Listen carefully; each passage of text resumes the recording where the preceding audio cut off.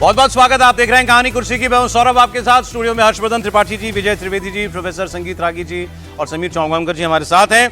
तमिलनाडु की बात कर रहे थे। तमिलनाडु में अभी भी सस्पेंस बना हुआ है। 2 नंबर शॉट हैं केवल विजय के पास। क्या वो आज उनको मिल जाएंगे? वीसी को तय करना है मीटिंग के बाद। शाम तक देखिए खबर आती है कि नहीं, वरना फिर राज्यपाल का अगला कदम बहुत महत्वपूर्ण हो जाएगा। लेकिन केरल में भी अभी यह तय नहीं हो पा रहा है कि मुख्यमंत्री कौन बनेगा। जनादेश बहुत स्पष्ट है, बल्कि वहां से भी ज्यादा, तमिलनाडु से भी ज्यादा स्पष्ट है। बहुमत भी है, 2/3 बहुमत भी है यूडीएफ के पास। लेकिन फिर मुख्यमंत्री कौन बनेगा, इसकी गेंद हाईकमान के पास भेज दी गई। ये भी चली रिवायत है, अब हाईकमान तय करे। लेकिन हाईकमान पसोपेश में पड़ा हुआ है। वजह यह है कि 3 क्लेमेंट हैं। केसी वेणुगोपाल, जो संगठन महामंत्री भी हैं, दिल्ली में राहुल गांधी के बहुत करीबी हैं, उनका नाम इस रेस में सबसे आगे चल रहा है, क्योंकि उनके पास सबसे ज्यादा विधायकों का समर्थन है। नंबर 2 पर नाम चल रहा है वीडी सतीशन का।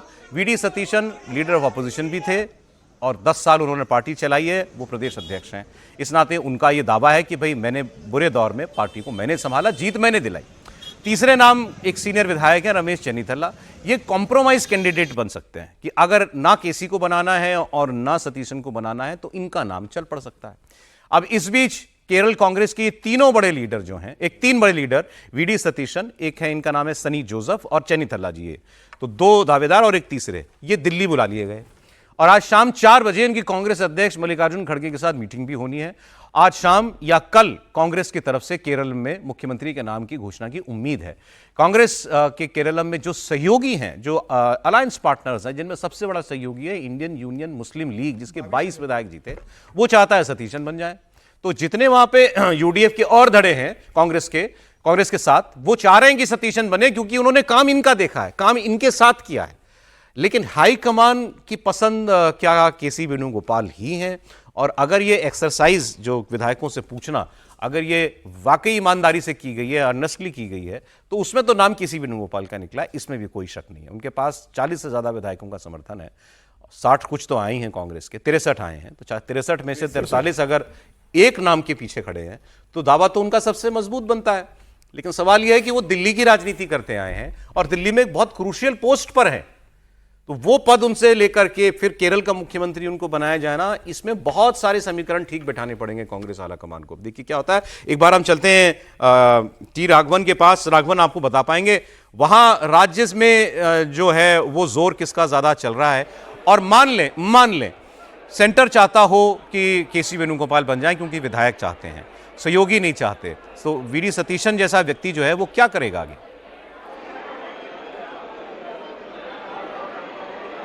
देखिए सौरभ, भर भर के वोट दिया जनता ने, बहुमत है, जैसा आपने बताया 2/3 से ज़्यादा बहुमत है, उसके बाद भी सीएम नहीं बन पा रहा। आज हमने देखा कि त्रिवेंद्रम से लेकर कासरगोड तक हर जगह प्रोटेस्ट हो रहा है। जगह जगह केसी वेणुगोपाल के पोस्टर फाड़े जा रहे हैं, क्योंकि इसकी वजह यही है कि हिंट वहां से जो मिल रहा है नई दिल्ली से, वो ये है कि केसी वेणुगोपाल को सीएम बनाया जा रहा है। और इसकी वजह ये बताई जा रही है कि उनके पास 43 विधायकों का समर्थन है। 63 में से 43 विधायक केसी वेणुगोपाल के साथ खड़े हैं। वीडी सतीशन वो व्यक्ति हैं जिन्होंने इस चुनाव से पहले, करीब करीब साल भर पहले, ये कहा था कि अगर इस बार मैं कांग्रेस को नहीं जिता पाया, सरकार नहीं बना पाया, क्योंकि 10 साल वहां सत्ता से बाहर है कांग्रेस, तो मैं इस बार नहीं बना पाया तो मैं राजनीति से संन्यास ले लूंगा। उनकी मेहनत जो है वहां पर दिखी। यही लगातार आईयूएमएल और बाकी सहयोगी पार्टियां भी कांग्रेस आलाकमान को कहने की कोशिश कर रही है कि जिस तरीके की मेहनत वीडी सतीशन ने की है, सीएम उनको ही बनना चाहिए। कांग्रेस का कार्यकर्ता चाहता है कि वीडी सतीशन ही मुख्यमंत्री बने, लेकिन जो खबर दिल्ली से आ रही है वो केसी वेणुगोपाल को फेवर कर रही है। इसीलिए यहाँ पर एक बहुत बड़ी अनिश्चितता की स्थिति जो है केरला कांग्रेस के भीतर देखी जा रही है। नहीं, मैं फिर आगे से ही जानना चाह रहा था, वीडी सतीशन क्या कोई कठोर कदम भी उठा सकते हैं? ऐसे कोई संकेत उनके कैंप से मिल रहे हैं क्या? जी देखिए, वो उनकी अगर राजनीतिक के कैरेक्टर की अगर हम बात कर लें तो वो उस लिहाज से कांग्रेस को छोड़कर जाने वाले नेताओं में से नहीं है। वो बगावत जो है किसी तरह की देखी जा रही है वहाँ पर, वैसा भी देखने को अभी तक सुनने को नहीं मिला है। लेकिन नाराजगी बहुत बड़ी है उनकी, इसीलिए उनको दिल्ली बुलाया गया ताकि उनको समझाने की कोशिश की जा सके। लेकिन वो कांग्रेस में, केरला में कांग्रेस को तोड़ देंगे उसकी स्थिति अभी दिखती नहीं, क्योंकि ऐसा उनका कैरेक्टर नहीं है राजनीति में। वो कांग्रेस एकदम खाटी कांग्रेसी जिसे कहा जाता है, वो उस श्रेणी में आते हैं। इसलिए देखना होगा कि उनका अगला कदम क्या होगा, लेकिन फिलहाल ऐसा लगता नहीं है। वो यही कोशिश करेंगे कि अपने जो उन्होंने किया है उसको कांग्रेस के सामने, कांग्रेस नेतृत्व के सामने पेश करें और कहें कि मौका उन्हें ही मिलना चाहिए। जी राघवन, बहुत शुक्रिया आपका, बहुत धन्यवाद केरल समझाने के लिए हमको क्या चल रहा है राजनीति में। वैसे तो अनुभव ये देखा है हमने कांग्रेस के आला कमान का सर कि जिनको बुला के मिलते हैं ना, उस आदमी का नंबर नहीं लगना, नहीं बनाते सौरभ। लेकिन एक चीज मन में आ रहा था कि क्या ये मजबूरी है कांग्रेस पार्टी की कि इंडियन यूनियन मुस्लिम लीग के साथ ही सरकार में 2029 का चुनाव साथ में, क्योंकि कांग्रेस पार्टी चाहे तो 63 प्लस जैकब कांग्रेस का है और एक और कांग्रेस है, केरला कांग्रेस है साथ। अरे देखिए, वो 70 तो ले आएंगे, 71 चाहिए इनको, वो तो लाए जा सकते हैं, लेकिन मुझे सर वो क्यों छोड़ेगा अलायंस? एक बड़ा अलायंस पार्टनर है, लोकसभा चुनाव लोकसभा में उसको मदद मिलती है, सब साथ ही लड़ते हैं। राहुल गांधी अपने आदमी को तो मना लेंगे वो। राहुल गांधी क्या मुंह दिखा करके बोलेंगे कि हम सेकुलर पार्टी हैं? तो आज जैसा मुंह आज तक दिखाते आए हैं, वो आज से एलाई थोड़ी है उनकी। बहुत अच्छी बात है। देखिए, मैं तो एलाई पुरानी है। हम लोग कहते आप ये ध्यान रखिएगा कि वो सीरिया में जो लड़ाके गए थे ना, उनके साथ भी वो खड़ा था। पर सर नया नहीं है ना उसमें कुछ, मैं ये कह रहा हूं उसमें नया क्या है? वो एलाई मैं तो ये विजय जी के लिए इशारा कर रहा हूं कि विजय जी इस पर कुछ अपना ज्ञान सेकुलरिज्म पर दें तो ज्यादा अच्छा होगा। मुझे अभी लग रहा था कि आप मासूमियत में ये सब बोल रहे हैं। अरे उकसा रहे थे, विजय उकसा रहे थे, तो उनका सर उसक जाइए आप। उनका आप नहीं उकसने की बात ही नहीं, तो एलाई पार्टनर है, उनके साथ जाना ही है उनको, उसमें क्या परेशानी? एलाई टेररिस्टों को भी एलाई बना लें आप सत्ता में। ये तो सरकार देखेगी ना कि कौन टेररिस्ट है कौन नहीं है। अरे अच्छा, अब तो फ्री भी हो गए होंगे होम मिनिस्टर, देख सकते हैं कि कौन कौन टेररिस्ट है वहां पर। यही चाह रहे थे ना आप। चलिए छोड़िए, अभी समीर जी ने कहा कि कौन सी कैटेगरी में आते हैं, तो ये डीके शिव कुमार की कैटेगरी में आते हैं, वीडी सतीशन। तो इनको वही मिलना है जो मिला भी, तो वही मिलेगा जो डीके को बहुत मिला। बढ़िया आदमी है सतीशन, जिस तरीके जमीन स्तर पर उन्होंने काम किया, सहयोगी दलों को साथ में लेकर चले और 10 साल लगातार उन्होंने जमीन स्तर पर काम किया है। केसी वेणुगोपाल दिल्ली में बैठकर केरल की राजनीति करते रहे, अपने लिए भूमिका बनाते रहे, और केसी वेणुगोपाल को लग रहा है कि वो संगठन महासचिव है, राहुल गांधी के बहुत करीबी है, तमाम दिल्ली के नेता उनके कहने में है, उनके अधीन आते हैं, तो वो वहां पर मुख्यमंत्री बनकर चले जाएंगे। मुझे लगता है इस समय केसी वेणुगोपाल को बड़ा मन रखते हुए कहना चाहिए कि ये सतीशन की जीत है और सतीशन को मुख्यमंत्री बनाया जाए। पार्टी सर्वोपरि होती है और राहुल गांधी तय नहीं कर पा रहे। राहुल गांधी तो खुद वायनाड के सांसद रहे, उन्हें पता है सतीशन का रोल क्या है। प्रियंका गांधी वायनाड के सांसद, उनको पता है कि सतीशन का रोल क्या है। आप उनका हक दीजिए, आप क्यों 48 घंटे लगा रहे हैं? मुझे लगता है सीधे राहुल गांधी को कहना चाहिए कि विधायक मैनेज किए हुए हैं उन्होंने, सीधी सी बात है। विधायक 40-60 में से 40 लेकिन राहुल गांधी अगर ये कहते हैं कि सतीशन मुख्यमंत्री होंगे तो क्या केसी वेणुगोपाल ये कहेंगे कि नहीं विधायक हो मेरे सकता साथ है। है? एक बात सुनिए, अच्छा अच्छी बात, अच्छी जगह ले आया। हो सकता है अगर एक सेकंड सर प्लीज, एक सेकंड, अगर जाते हैं केसी वेणुगोपाल तो केवल ये कंसिडरेशन थोड़ी होगा कि मुख्यमंत्री किसको बनाना है, दिल्ली में किसको लाना है भी तो कंसिडरेशन होगा। वो जगह खाली भी तो होगी, बड़ा पद होता है जनरल सेक्रेटरी, उस जगह हो सकता है कुछ सोचा हो किसी को लाने का। नहीं, लेकिन कुछ नहीं, भी मैं सोचा हो, तो ये आत्मघाती समीर जिससे कांग्रेस पार्टी के लिए आत्मघाती होगा अगर केसी वेणुगोपाल को केरलम का मुख्यमंत्री बनाया जाएगा। पार्टी टूटने के और किनारे पहुंच जाएगी। समीर जी ने कहा बड़ा मन दिखा, बड़ा मन तो कोई कहां दिखा पाता है भाई। हरियाणा में टिकट बांटने में तो बड़ा मन दिखा नहीं पाया, पूरी ताकत लगा रखी थी। तो ऐसा नहीं होता है, कोई भी जो कुर्सी नेता बैठा होता तो अपनी कुर्सी का इस्तेमाल करता है। और मुख्यमंत्री अभी विजय जी ने धीरे से बताया कि अशोक गहलोत ने मुख्यमंत्री कुर्सी नहीं छोड़ी थी, अध्यक्ष नहीं छोड़ी थी, पार्टी का अध्यक्ष बनाया जा रहा है। कमलनाथ ने नहीं छोड़ी थी। समीर रागी जी, मैं तो ये कह रहा हूँ भारतीय जनता पार्टी के लिए बहुत आने वाले दिनों में बड़े अवसर मिलेंगे। सतीशन बनेंगे और मुस्लिम लीग उनको समर्थन देगी, मुस्लिम लीग का एजेंडा वहां पर लागू होगा। कितने और आए भारतीय जनता पार्टी के लिए बैठ कितने आए बीजेपी के? सर 3 है, कितने? 3 ही है सर, मुश्किल है, लेकिन 3 का रास्ता जो है ना बड़ा शानदार होता है। 3 से 77 होता है और 77 से फिर जो है वो 207 बंगाल भी नहीं होती सर। नहीं, ये बंगाली की भूमि है। प्रोफेसर बंगाल जैसा बंगाल से अभी एक किसी मित्र ने मैसेज भेजा कि बंगाल में नारद सम्मान समारोह आयोजित किया गया।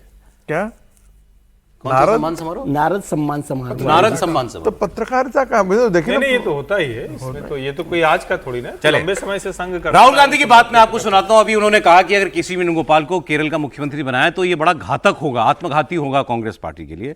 राहुल गांधी कांग्रेस के बारे में क्या सोच रहे हैं? राहुल गांधी ने 2-3 बातें कही हैं। उन्होंने कहा कि एक तो वोट चोरी वाले पे वो अपनी बात पर कायम है कि ये बीजेपी वोट चोरी से जीतती है। आज उन्होंने उसको आर्गुमेंट को थोड़ा रिफाइन किया, कल में बेसिकली एक जगह बोल रहे थे। उन्होंने कहा कि इन्होंने वोट चोरी का एक सिस्टम तैयार कर लिया है, मतलब एक जैसे एक सॉफ्टवेयर जैसा बना लिया है कि इसको इस तरीके से किया जाता है साहब, ये थ्योरम ऐसे सॉल्व होती है, ठीक। तो इन्होंने वो वोट चोरी का जो है वो अपने लिए तैयार कर लिया है सिस्टम। लग नहीं रहा है कि राहुल गांधी के बगल वाला का चित्र कैसा है? आपको ये ध्यान है? मिडिल ईस्ट में कोई वो तो खुद राहुल गांधी जैसा लग रहा है सर आदमी, मैं जानता नहीं कौन है वो, तो राहुल गांधी ऐसे ही दिखते थे वो भारत जोड़ो यात्रा में। अच्छा एनीवे, दूसरा उन्होंने कहा है कि कांग्रेस को टक्कर हम ही देंगे। ये वो बार बार अपने समर्थकों को नहीं, अपने सहयोगियों को बता रहे हैं कि इस लड़ाई में हमारे बगैर तुम कुछ नहीं हो और हमसे ही लाइन शुरू होती है। विपक्ष की सबसे बड़ी पार्टी हम ही है। सुन लेते हैं राहुल गांधी की दोनों बातें। मध्य प्रदेश, हरियाणा, महाराष्ट्र, अब बंगाल, असम, इन्होंने सिस्टम बना लिया है चुनाव चोरी करने का। लाखों नाम काट देते हैं, लाखों नए नाम जोड़ देते हैं। इलेक्शन कमीशन इनके कंट्रोल में है, ब्यूरोक्रेसी इनके कंट्रोल में है और ये सोचते हैं कि इनका राज अब रुक नहीं सकता।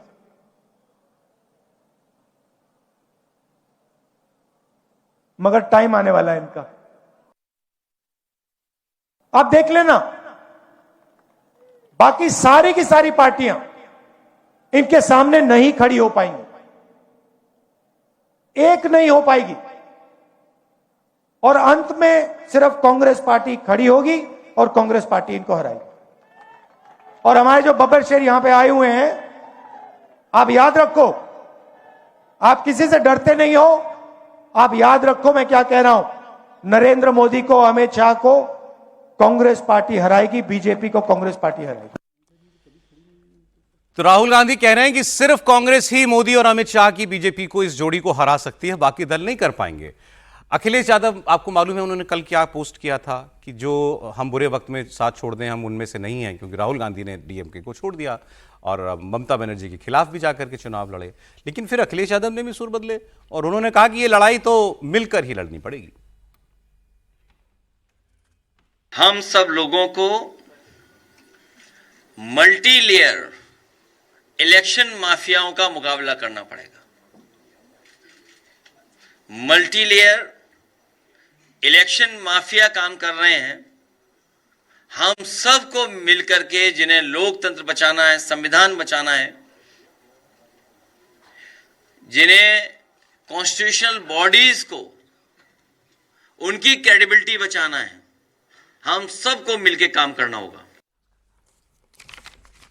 अरे ये तो खैर अखिलेश यादव की कोई जनरल सा बयान है, वो उस सेंस में नहीं लिया जा सकता कि ये सारे राजनीतिक दलों को कह रहे हों। तो मतलब वो जो उनका पुराना जो पोस्ट है उस वहीं पर अभी हमको उसी को रेफरेंस पॉइंट मानना चाहिए कि कांग्रेस पार्टी ने बुरे वक्त में सहयोगियों का साथ छोड़ा और राहुल गांधी लगातार कह रहे हैं कि और कोई नहीं, टक्कर केवल और केवल कांग्रेस पार्टी दे सकती है भारतीय जनता पार्टी से। अभी इस वक्त और आने वाले दिनों में 2029 तक ऑपोजिशन की जो स्टेट है, जिस हाल में वो है, ये उसकी तस्वीर है आपके सामने। जी त्रिपाठी जी। नहीं देखिए, मुझे लगता है कि जो अभी हम लोग बीच में बात करते हैं तो लड़ तो सिर्फ कांग्रेस सकती है। आप सहमत हैं?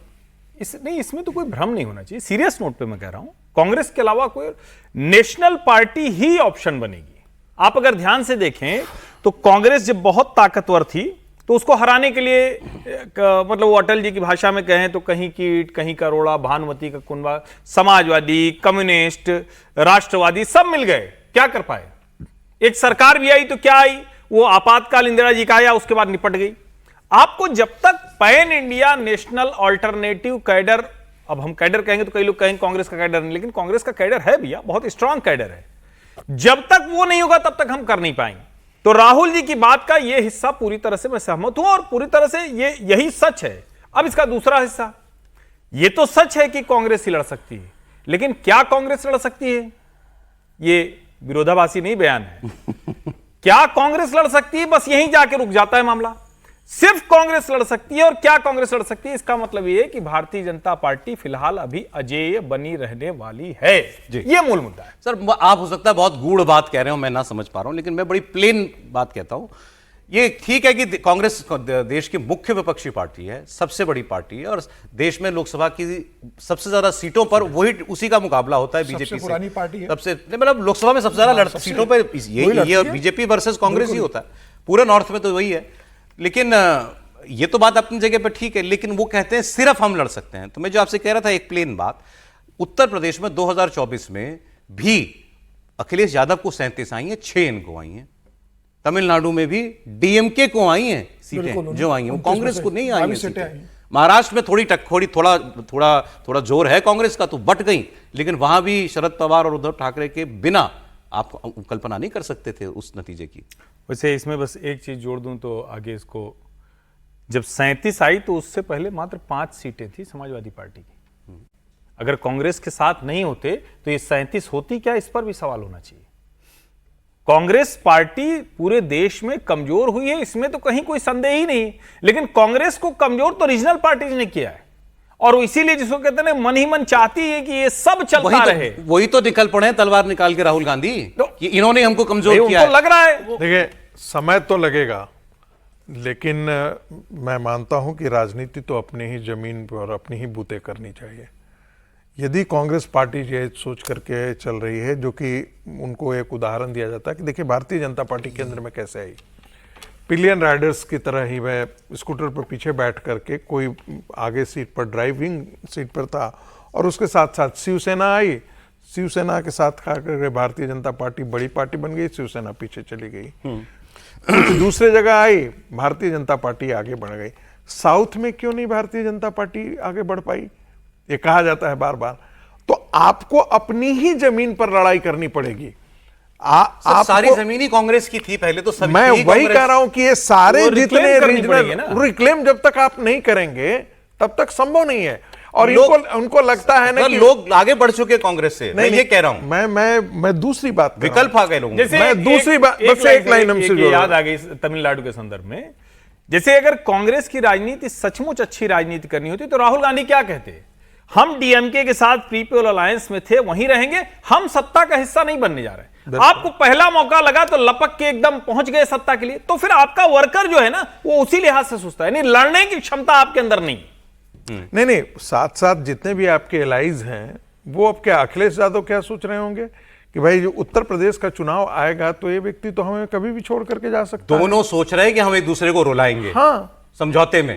राहुल गांधी भी यही सोच रहे हैं, गलत तो नहीं सर? बिल्कुल ठीक बात है। और जो राहुल गांधी कह रहे हैं उनका कहने का मतलब है कि भाई ये लोग भारतीय जनता पार्टी से अकेले लड़ने में सक्षम नहीं है। कांग्रेस पार्टी है जो भारतीय जनता पार्टी का मुकाबला कर सकती है, पहली बात।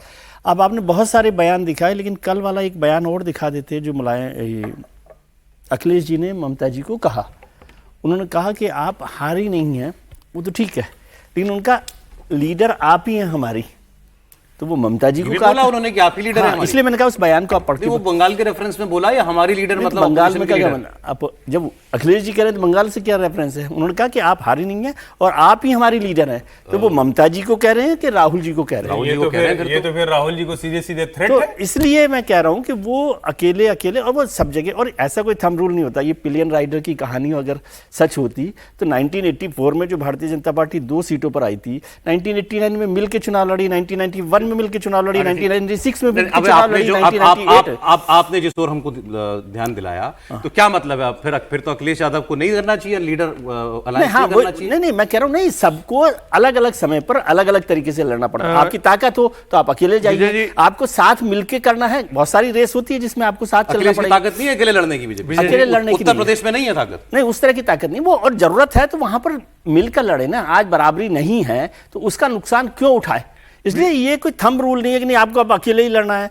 कांग्रेस ने तो 3 बार अपना फैसला बदल लिया। पचमढ़ी में अलग से कहा कि हम अकेले चलेंगे, फिर बाद में हुआ कि हम साथ चलेंगे। भारतीय जनता पार्टी ने क्या किया हमेशा के, अभी तो नड्डा साहब बोलकर गए थे कि छोटी पार्टियों का भविष्य, हम छोटी पार्टियों को खत्म करेंगे, और सारी छोटी पार्टियों के यहाँ पर माला पहना रहे हैं।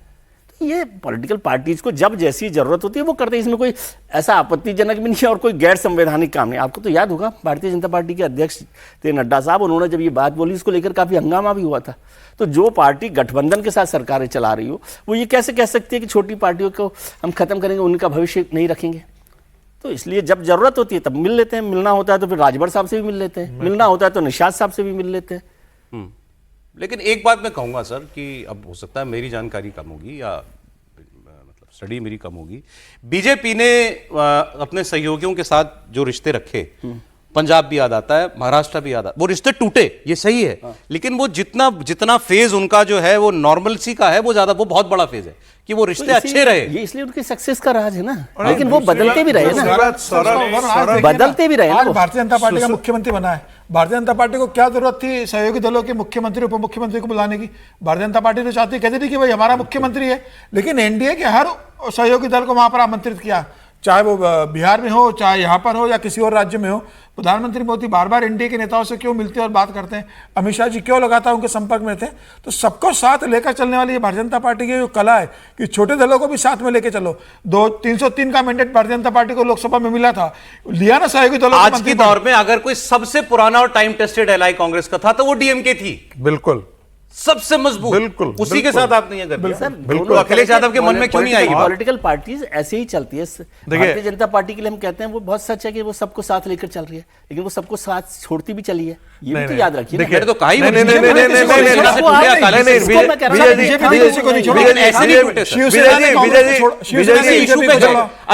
अकाली दल गया, किसान अकाली दल ने बीजेपी को छोड़ा, शिवसेना ने बीजेपी को छोड़ा, भारतीय जनता पार्टी ने अकाली दल को नहीं छोड़ा था। शिवसेना ने भी किसान आंदोलन का सहारा लेकर के अकाली दल ने छोड़ा। शिवसेना ने भारतीय जनता पार्टी को धोखा दिया क्योंकि उनको कांग्रेस के साथ सरकार बनानी थी और उद्धव ठाकरे को मुख्यमंत्री बनना था।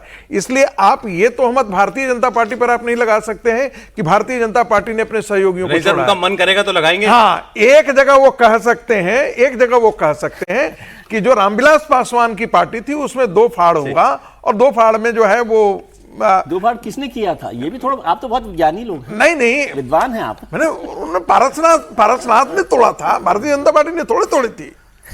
चलिए आज लगा पहली बार हम सब एक साथ जो है विजय जी के ऊपर जैसे टूट पड़े एकदम से। नहीं सर, तो वो जवाब देना मैं पूरी तरह सक्षम। आप कुछ आज आप खामोश हैं, देखिए इतना बड़ा यहाँ हो रहा था ये। नहीं, मैं तो विजय सर के साथ हूँ, आज सूरज पूरब से नहीं। ठीक है।